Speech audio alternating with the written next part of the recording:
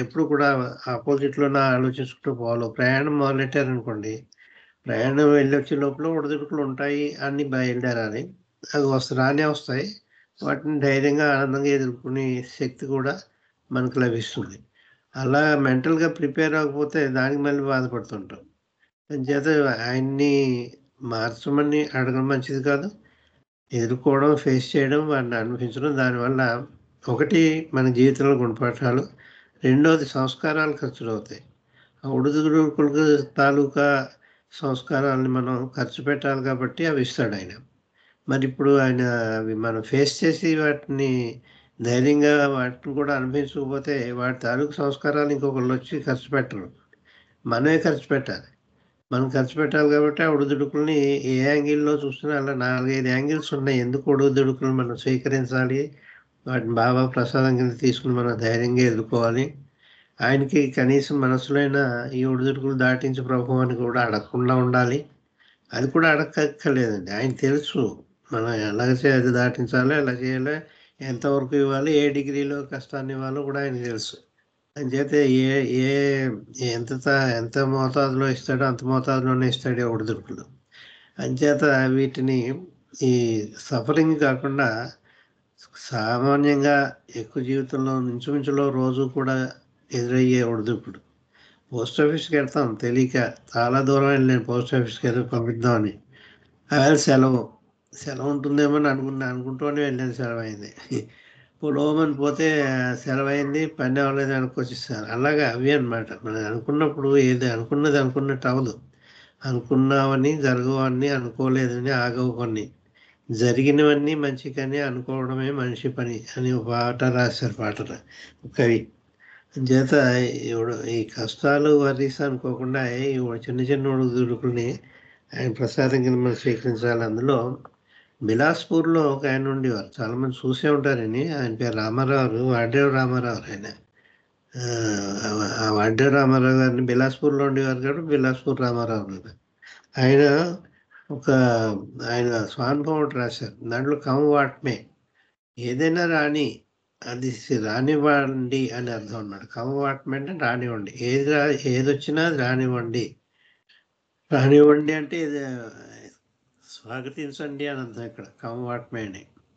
దాన్ని స్వాగతించండి. ఆ స్వాగతించిన దాన్ని మీరు అనుభవించండి అని చెప్పి దీని హెడ్డింగు. ఆయన జీవితంలో కొన్ని సంఘటనలు జరిగాయి. ఆయన రైల్వేలో పనిచేసేవారు. బాబా అంటుండు దానికి ఉపోద్ఘాతం కింద ఆయన చెప్పినవి ఏంటంటే, బాబా అంటారు కొన్ని సలహాలు ఇచ్చాను ఆయనకి. Not to approach you with desires for material gains or even spiritual progress. Material gains అంటే ప్రాపంచికమైన లబ్ధి గురించి కానీ, లేకపోతే ఆధ్యాత్మికమైన పురోగతి గురించి కానీ నన్ను ఆశ్రయించకండి. ఏ కోరికలతోటి వీటితో ఈ కోరికలతోటి నా దగ్గరికి రావద్దని చెప్పి బాబా మంచి సలహాలు ఇచ్చారు, అడ్వైజులు ఇచ్చారు ఆయన ప్రేమికులకి. అంచేత అది కాక చాలాసార్లు బాబా ఇవి చెప్తూ ఉండేవారు. ఏమని చెప్తూ ఉండేవారు, ఈ hospital is near and dear. ఆయన దగ్గర వాళ్ళు, ఆయన ప్రేమికులకి అందరికీ కూడా ఈ విధంగా చెప్తూ ఉండేవారు. Be resign to my will అని. ఆయన ఇచ్చకి బద్దుడై జీవించండి. ఏది జరిగితే ఆయన ఇచ్చ ఏమిటో మనకేం తెలుసు? జరిగేదల్లా ఆయన ఇచ్చే. ఏది జరుగుతోందో అది ఆయన ఇచ్చ. నేను ఈరోజు స్పీచ్ ఇస్తానో ఇవ్వనో నాకే తెలీదు. వచ్చేటట్టు అరేంజ్ చేశారు కాబట్టి ఈరోజు నేను స్పీచ్ ఇవ్వగలుగుతాను. అంచేత ఏది జరిగితే ఆయనే ఇచ్చే. అదంతా ఆయన ఇచ్చ కింద తీసుకుని మనం అనుభవించున్నాడు. సంస్కారాలు ఖర్చవుతాయి. జీవితంలో గుణపాఠం వస్తుంది. మనకు కూడా మంచి మైండ్‌కి ప్రో అవుతుంది. నెగెటివ్ అవ్వదు. ఏది చూసినా అది ముందర దాన్ని ఆశించిందే. ఆశించిందే జరిగింది అనుకోవచ్చు. నిరాశ అనుకోకూడదు. ఆశించిందే అది వస్తుందని తెలుసు మనకి. ఎదురు చూసేదే వచ్చింది అనుకోవాలి. అంచేత బాబా ఈ ఆధ్యాత్మిక ప్రయోజనం కానీ, భౌతిక ప్రయోజనం కానీ కోరి ఏ కోరికలతో నా దగ్గర రావద్దు. అంచేత ఆయన నియర్ అండ్ డియర్‌కి నా ఇచ్చకి బదులుగా జీవించండి. To simply give there love to him. మీరు చేయవలసిందల్లా నన్ను ప్రేమించడమే. నా దగ్గర నుంచి ప్రేమ మీరు తీసుకోవడమే అని చెప్పారు. అంచేత నన్ను ప్రేమిస్తూ ఉండండి. నన్ను మీరు ప్రేమించండి. నేనిచ్చే ప్రేమను మీరు స్వీకరించండి అన్నారు. Give there love to him and receive his love in return. ఆయన ప్రేమను మనం తిరిగి తీసుకోవడం. ఆయన మనం ప్రేమించినప్పుడు ఆయన ప్రేమ మనకిస్తారు. అది మనం రిసీవ్ చేసుకోవాలి. ఆ డిగ్రీ మారుతూ ఉంటుంది. ఎవరికి ఎంత ప్రేమ ఇవ్వాలో తట్టుకునేటట్టే ఇస్తారు అని చెప్తూ ఆయన అనుభవం చెప్తున్నారు. నాకోసారి మానసికంగా చాలా ఇది పడ్డాను. తప్పేమీ లేకుండా నేను రైల్వేలో పనిచేస్తుండేవాడిని. రైల్వేలో పనిచేసినప్పుడు నేను 1960వ సంవత్సరంలో నాకు ఒక దుర్ఘటన జరిగింది. నా ఉద్యోగం నుంచి డిస్మిస్ చేశారు. నన్ను ఉద్యోగం తీశారు. ఏదో తప్పు జరిగింది. అనుకోకుండా జరిగింది. అది అందులో నా బాధ్యత కూడా ఉందని చెప్పి నన్ను కూడా ఇరికించి నా ఉద్యోగం తీసేశారు. దాంతో రోడ్డున పడ్డాను. ఐ ఇన్వాల్వ్లీ cried for help and sent an SOS letter to Baba. లోపలేమో బాబాకి ఆక్రందన చేసుకున్నాను. ఈ దుస్థితి కలిగింది, నన్ను ఎలాగ బాబా అని చెప్పి కొంచెం బాధపడ్డారు. బాధపడుతూ ఆయనకి ఉత్తరం ఒకటి రాశాను, ఏం చేయమంటావు బాబా అని.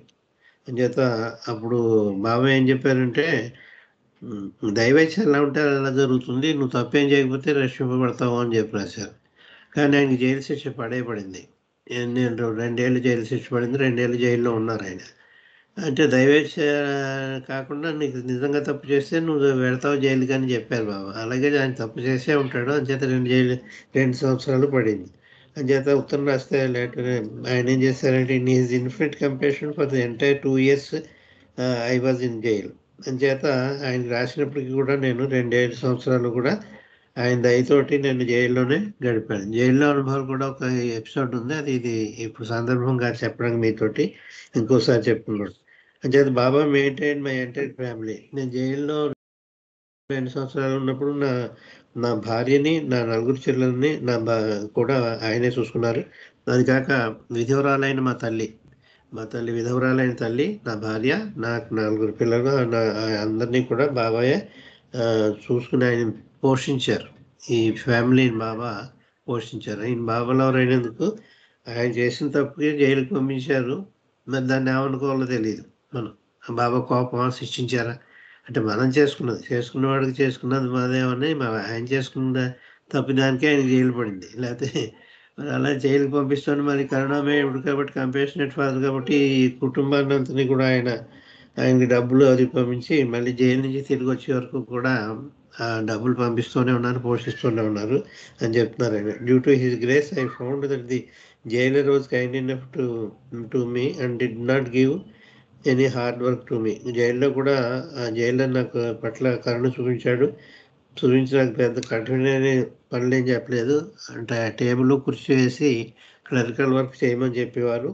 అంచేత ఈ గమేళాలు అవి పెట్టిన తవ్వడం, మట్టికి తవ్వడం, తోట పని చేయడం అలాంటివి కాక తేలికైన పని. క్లరికల్ వర్క్ చదువుకున్నాడు కదా అని చెప్పి క్లరికల్ వర్కే చెప్పారు. టేబుల్ అది వేసుకుని క్లర్క్ కింద పనిచేసేవాడు. He asked me to work as a clerk in his office, which gave me a lot of freedom to move about. అంచేత హాయిగా ప్రిజన్లో కూడా నేను దాన్ని అనుభవించాను.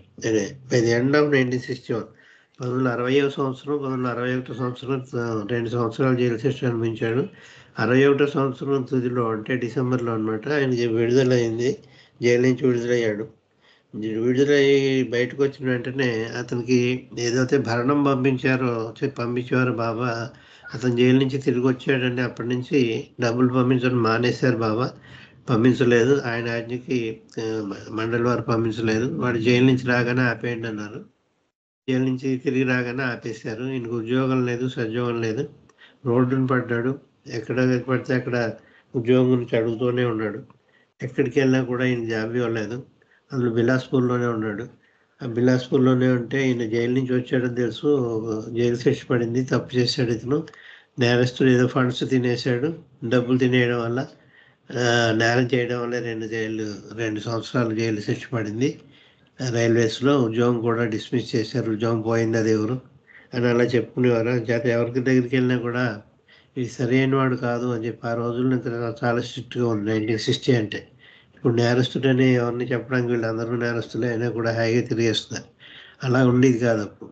అంచేత అలా ఆ తరుణంలో ఎంత చేసుకున్నా కూడా అతనికి బిలాస్పూర్లో ఉంటే అక్కడ ఎక్కువ సంవత్సరాల నుంచి ఉన్నాడు కాబట్టి ఆ నలుగురికి తెలిసిపోతుందని చెప్పి ఆ ఊరు వదిలేసి వెళ్ళిపోదాం, ఇంకో చోట పోదాం, కనీసం వేరే ఊరు వెళ్తే నేను జైలు నుంచి వచ్చానని తెలియదు అనే ఉద్దేశంతో మళ్ళీ బాబాకు ఉత్తరం రాసి అడ్వైజ్ అడిగారు.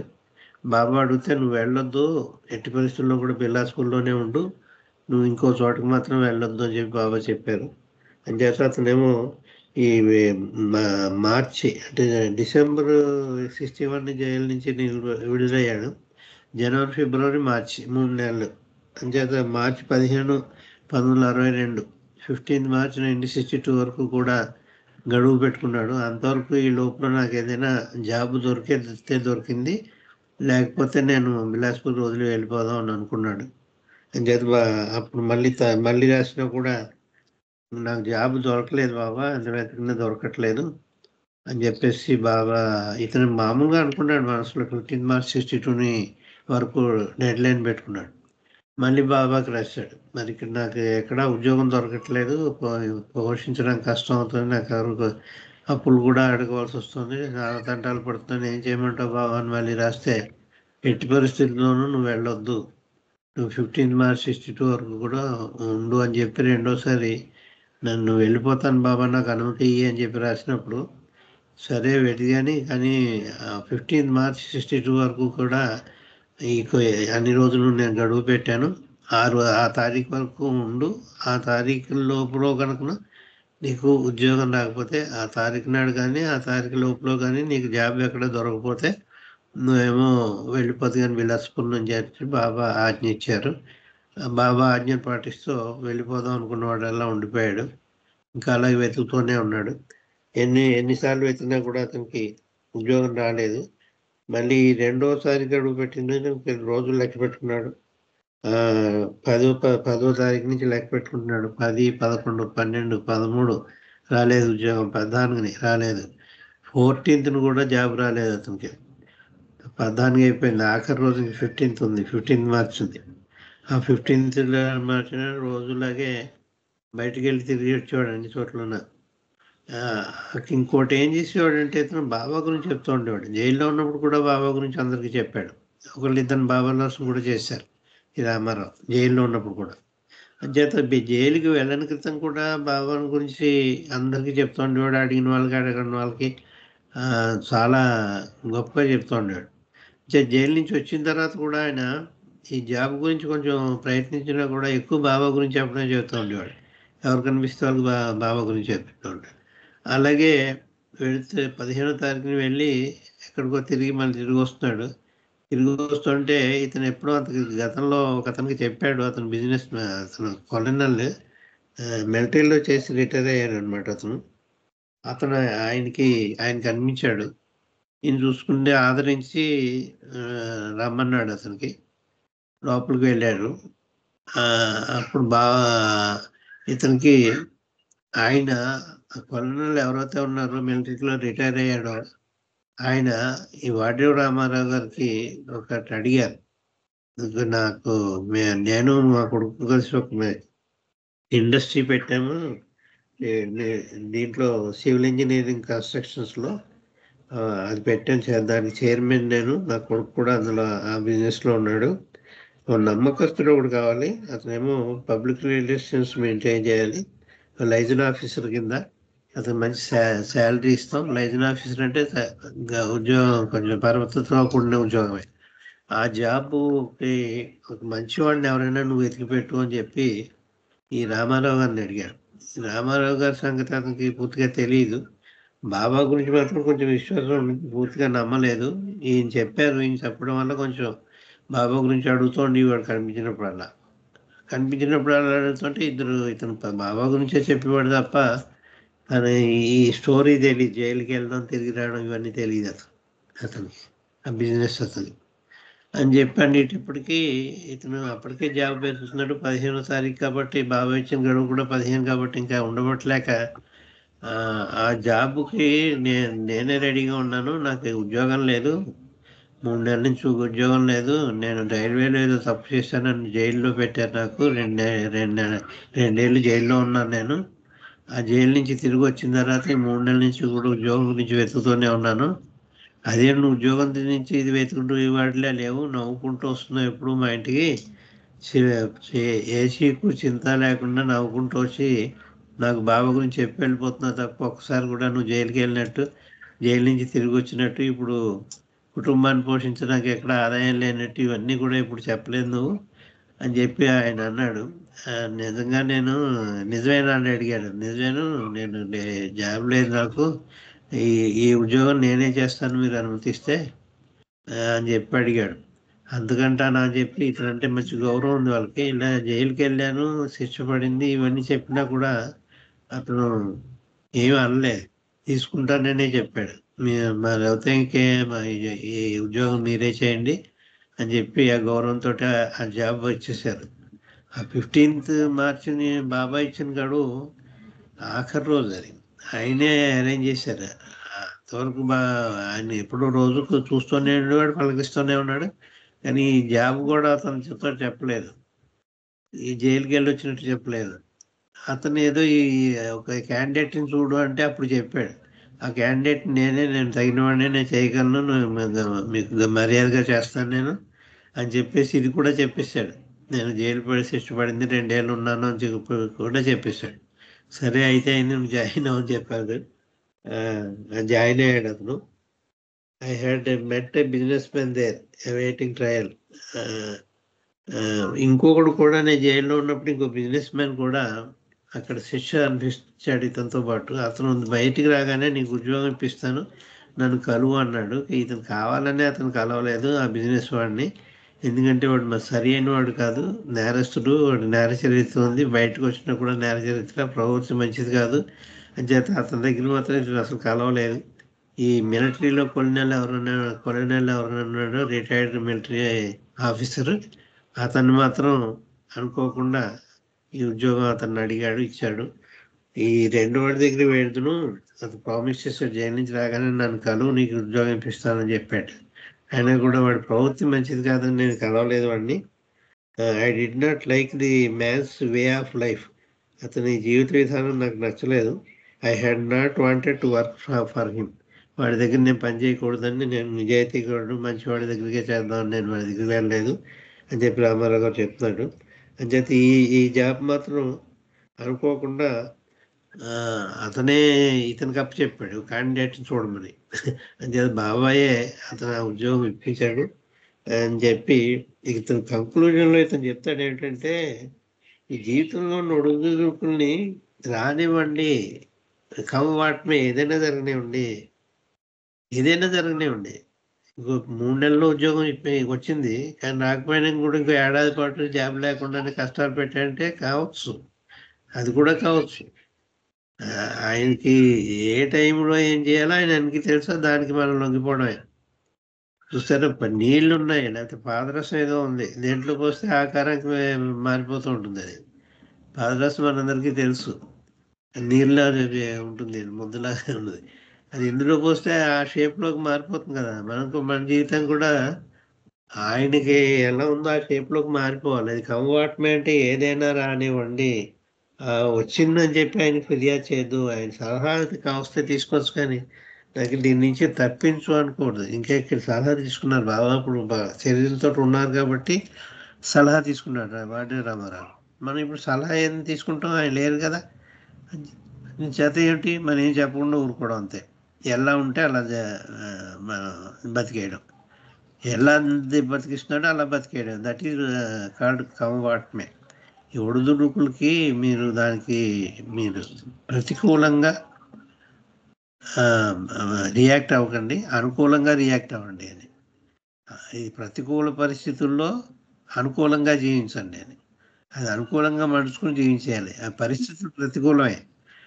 అనుకూల పరిస్థితుల్లో అనుకూలంగా జీవించడం గొప్ప కాదు, ప్రతికూల పరిస్థితుల్లో అనుకూలంగా జీవించడమే గొప్ప.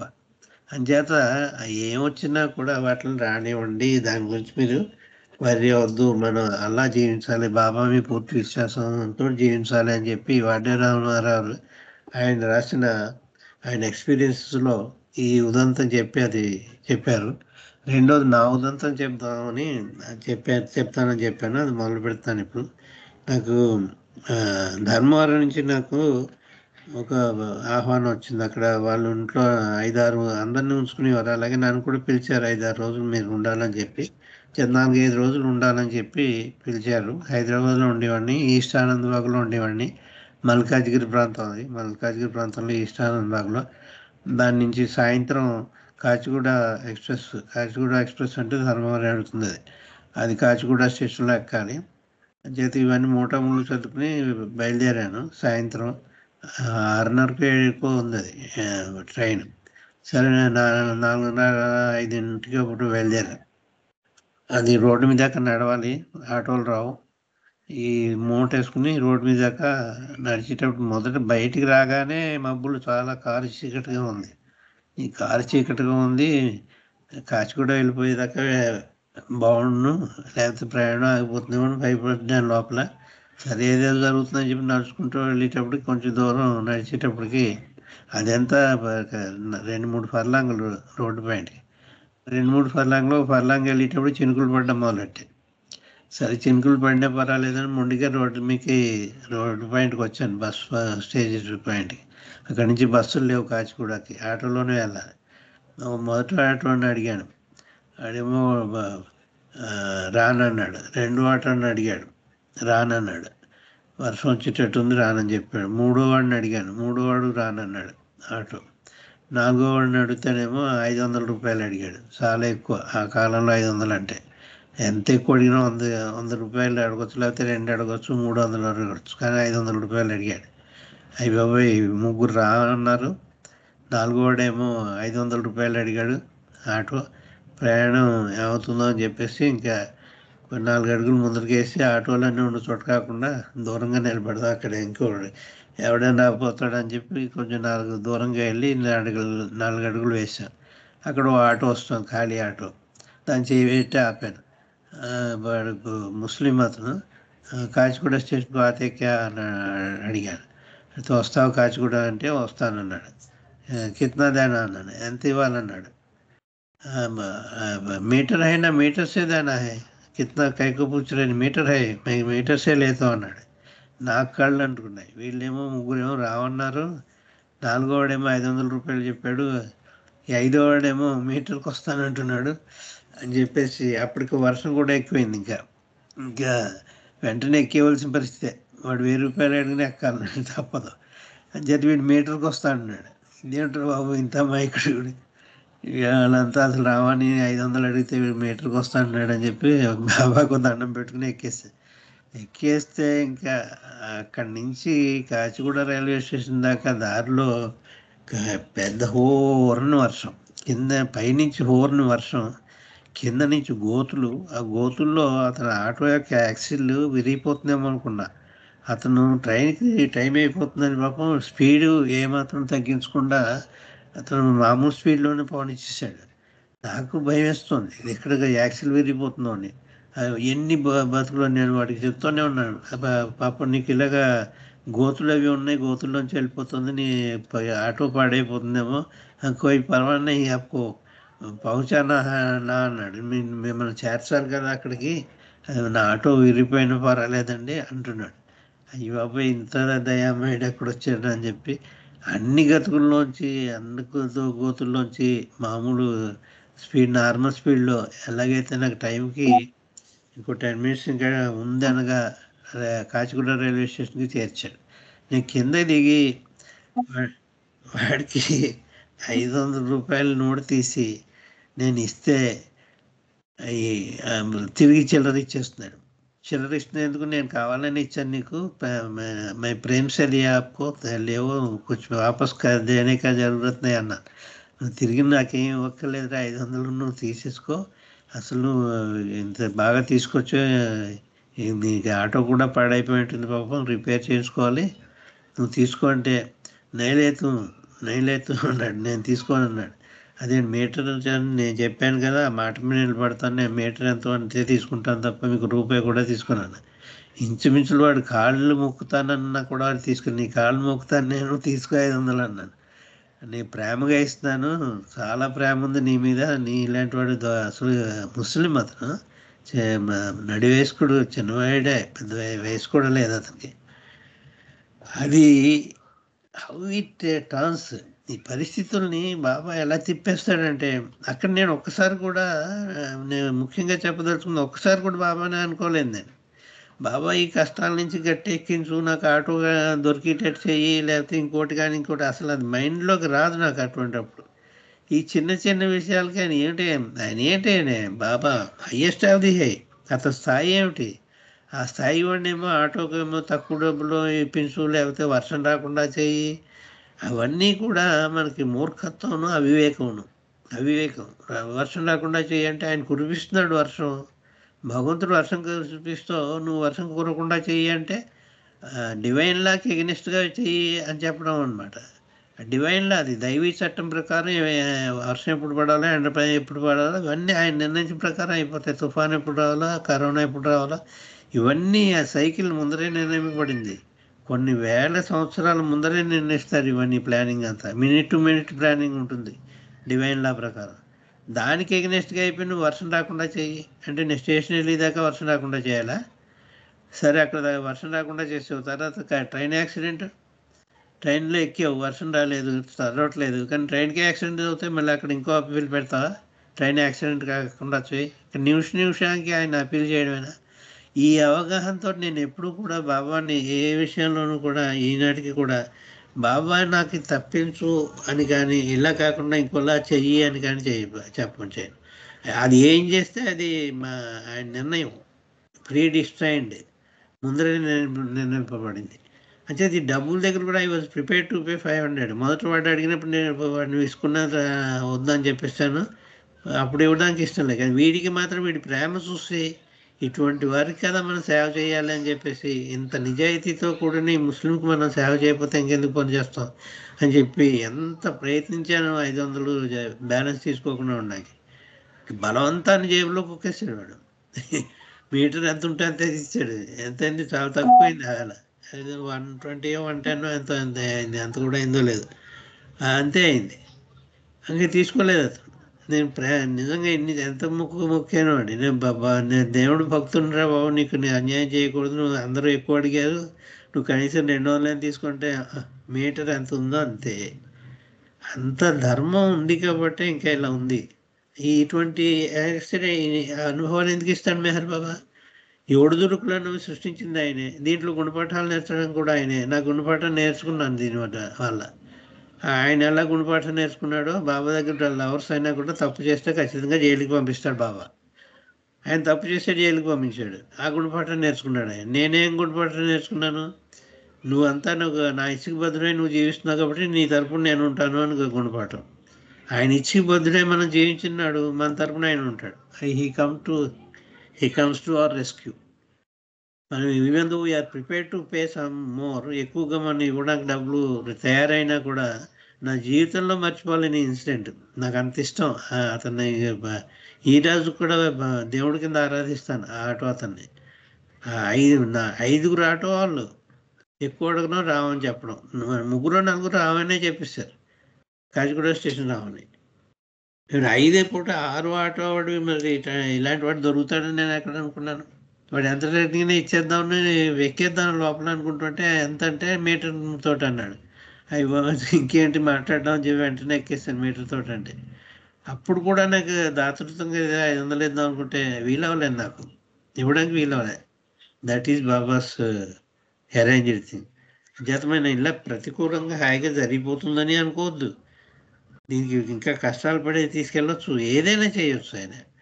ఆ టెన్షన్, ఆ ఎగునే ఎందుకు పెట్టాడు? ఆ టెన్షన్ ఎగుని నేను ఎలా ఉంటానో నా రియాక్షన్ చూడడానికి పెట్టాడు. నేను రియాక్షన్ ఎలా ఉంది, ఎలా అయినప్పుడు కూడా వెళ్ళిపోవాలి. బాబా పని 5-6 రోజులు బాబాతో గడపవచ్చు. అక్కడ బోర్డు హాయిగా బాబా గురించి అడుగుతారు ప్రశ్నలు అవి ఇవి. ఇంకా ఫుల్గా బాబా పొద్దున సాయంత్రం వరకు కూడా బాబా స్పీచెస్ అక్కడ 5-6 రోజులు అది ధర్మవరంలో భోజనం పెడతారు. రోజుకో ఒకళ్ళ ఇంట్లో భజన, పాటలు ఇట్లు హాయిగా ఉంటుంది. అంచేత ఆ అవకాశం వదులుకోకూడదని వెళ్ళాం. అంచేత ఈ అనుభవాలు మన దాంట్లో ఈ ఒడిదుడుకులు ఏమిటంటే అంతే, టెస్ట్ చేస్తాడు. ఆగిపోతాను ప్రయాణం అని చెప్పి బాబు ఈ గోళ్ళు ఎవరు పెడతారు, రాలేమని చెప్పేసి రేపు పొద్దున ఫోన్ చేసి మానేసేద్దాం అనుకుంటే కాదు, అలా కాదు, వెళ్ళాలి. అంచేత ఈ ఒడిదుడుకులు అన్నవి కనీసం కష్టాలు అనుకోకండి. ఈ డైలీ వచ్చి ఎదురు చూడండి అంటున్నాను. అంచేత లొంగవద్దు అంటే అర్థం ఏంటంటే, ఈ ఒడిదుడుకులకు లొంగవద్దు అంటే వాటి గురించి ఎదురు చూడండి. మీరు మంచి గురించి ఎదురు చూడక్కర్లేదు. అది అలాగా అనిపిస్తాం, హాయిగా ఆనందంగా అనిపించేస్తాం. మంచిని ఆనందంగా ఉండే పరిస్థితులు ఆనందంగా అనిపిస్తుంది. కానీ ఆనందంగా లేని అనుకూలమైన పరిస్థితులు అనిపించేస్తాయి. ఇది ప్రతికూల పరిస్థితుల గురించి ఎదురు చూడాలి. సవ్యంగా అవుతుందని అనుకోకూడదు మనం. ఖచ్చితంగా ప్రతికూలత ఎక్కడో ఉంటుంది. ఆ ప్రతికూలతలను మనం ఆహ్వానిద్దాం, వాటిని అనుభవిద్దాం. అనుభవం ద్వారా మన సంస్కారానికి ఖర్చు పెట్టుకోవాలి. ఆ రకంగా సంస్కారాన్ని ఖర్చు పెట్టుకుందాం. బాబా ఇచ్చిన వరప్రసాదం కింద ఆ ప్రతికూల పరిస్థితుల్ని మనం అనుభవించి ఆ రకం సంస్కారాన్ని ఖర్చు పెట్టి ఆయన ప్రేమలో మనకు ముందుకి అడుగు వేసి ఆయన ఆశీస్సుల్ని, ఆయన బ్లెస్సింగ్స్ ఉంటాయి. అప్పుడు ఖచ్చితంగా బ్లెస్సింగ్స్ ఉంటాయి. ఎవరైతే అందుకే మరి బ్లెస్సింగ్స్ ఉంటాయి కాబట్టి ఈయన జైలుకి పంపించడం వల్ల ఒక కుటుంబాన్ని పోషించాడు. ఏమని చెప్పాలి అక్కడ మరి? బాబా కరుణమయుడు అన్నాడా, ఆయన లేకపోతే క్రూరుడు అనాలా? ఈ డివైన్ లా ప్రకారం జైల్లోకి పంపించేశాడు. ఆయన కంపాషనేట్ ఫాదర్ కాబట్టి ఆయన కుటుంబాన్ని అంతని పోషించాడు. జైలు నుంచి 2 ఏళ్ళు పోషించాడు. విధవరాలు తల్లి, భార్య, 4 పిల్లలు. ఈ కుటుంబాన్ని అందరినీ పోషించాడు. 2 సంవత్సరాలు పోషించాడు ఈ వాటేవ రామారావు గారి జైలు పీరియడ్లో. మరి జైలుకి ఎందుకు పంపించాడంటే అసలు ఏది క్వశ్చన్ అడగండి అంటండి. అసలు క్వశ్చన్స్ అడగొద్దు, ఏది అడగడానికి వెళ్ళలేదు. మనకు అధికారం లేదు. మనకి we don't have right to ask why it happened so. వీడికి నా డబ్బులు ఎందుకు తీసుకోలేదు ఆటోవాడు, 500 ఇస్తా అంటే ఎందుకు తీసుకోలేదు? క్వశ్చన్ అడగకూడదు అంతే. అది డివైన్లో అలా జరిగేది ఉంది, అలా జరుగుతుంది అంతే. అంచేత దానికి అణువుగా మన జీవితాలు మలుచుకుని ఒక పాదరసం కింద, పాదరసం ఎందులో పోస్తే ఆ షేప్ ఎలాగవుతుందో, ఎస్ ఆకారంలో ఉన్న దేంట్లో అయినా పాదరసం పోస్తే ఎస్ అనే లెటర్ తోటి ఉంటుంది పాదరసం. దాన్ని బట్టి ఈ బల్బులు కూడా తయారు చేశారు. ఆ లెటర్స్ కూడా అలాగే వెలిగివే. అంచేత ఈ ఒడిదుడుకులకి కష్టాలు ఇంకా కొంచెం పెద్ద మాట. అది నా స్పీచెస్ ఇవ్వచ్చు, కానీ స్పీచెస్ ఇచ్చినట్టు ఉండదు. అది కనీసం ఒడిదుడుకులైనా ఈ విధంగా మైండ్ని మీరు ఆ విధంగా ట్రైనప్ చేయండి. మీ మనసుని ఒడిదుడుకులు వస్తాయి, వాటిని ఎదుర్కొంటాము అని డైలీ పొద్దున్న లేచింది మొదలు లేవగానే అనుకొడితే ఒడిదుడుకులు ఉంటాయి. ఒడిదుడుకుల్ని ఎదుర్కొందాము. దానివల్ల మనం గుణపాఠాలు నేర్చుకుందాం. బాబా ఇచ్చు కింద ఆనందంగా వాటిని స్వీకరించి మనం అనిపించినట్లయితే మనకి బాబా యొక్క బ్లెస్సింగ్స్ కూడా ఉంటాయి. ఎలా అంటే ఇందాక ఆటో ఇన్సిడెంటే బ్లెస్సింగ్. నాకు బాబా ఇచ్చిన బ్లెస్సింగ్ అది. ఆయన ఒక్కసారి కూడా అప్పుడు కూడా నేను ఆయనకి ఎప్పుడు మనసులో కూడా ఆశ్రయించలేదు ఆయన్ని. బాబా ఈ గట్టి ఇది ఎక్కించు, ట్రైన్ ఎక్కించు బాబా అని కూడా అడగలేదు నేను ఆ రోజుని. ఈనాటికి కూడా నేను అడగను ఇలాంటి చిన్న చిన్న వాటికి. హయ్యెస్ట్ అది ఆయన్ని ఇలాంటి చిన్న చిన్నవి అడగడం అవివేకం అవుతుంది. రెండోది ఏమిటంటే ఆయన దైవీ ఇచ్చే ప్రకారం ఆయన చేస్తుంటే, డివైన్ లా ప్రకారం దైవీ శాసనం ప్రకారం ఆయన చేస్తుంటే, ఆ దైవీ శాసనాన్ని దైవాన్నే మార్చమని అడగడం తప్పు. ఆయన నిర్ణయించిన శాసనం అది, భగవంతుడు నిర్ణయించిన శాసనం. అదే భగవంతుడిని మీరేమో శాసనాన్ని తిరగరాయి, దానికి వ్యతిరేకంగా వర్షం కూడా చేయి, ఇంకోటి చెయ్యి అనడం, ఏదైనా లేకపోతే కష్టాన్ని గట్టికి చూడడం, be resigned to my will అని ఆయన చెప్పిన దానికి వ్యతిరేకం. నా ఇచ్చకు బదులే జీవించు అని చెప్పిన దానికి వ్యతిరేకం. అంటే దాని వ్యతిరేకంగా ఉండకూడదు. ఆయన ఇచ్చకు బదులే జీవించాలి అంటే మనం ప్రతికూల పరిస్థితుల్ని ఊహించి అవి ఎప్పుడు ఎదుర్కొంటామా, ఎప్పుడు ఇస్తాడో బాబా అని చెప్పి మనం ఆయన ప్రసాదం కింద స్వీకరించి చేస్తే అది బ్రహ్మాండం ఇదవుతుంది. అంచేత ఒడుదుడుకులకు లొంగబోకు అని శీర్షిక మీద ఈ రోజున ఉపన్యాసం జరిగింది. అవి నా అనుభవం చెప్పాను. వాటి రామారావు గారి అనుభవం చెప్పాను. ఈ అవకాశం ఇచ్చిన మెహర్బాబా వారికి హృదయపూర్వకమైన ధన్యవాదాలు చెప్పుకుంటూ ఈ కొత్త సంవత్సరంలో ఇటువంటి అవకాశాలు బాబా నాకు కొత్త సంవత్సరంలో కూడా నా ఊపిరి ఆగిపోయేదాకా మాట్లాడించమని బాబాను కోరుకుంటున్నాను. అవతార్ మెహర్ బాబాకి జై.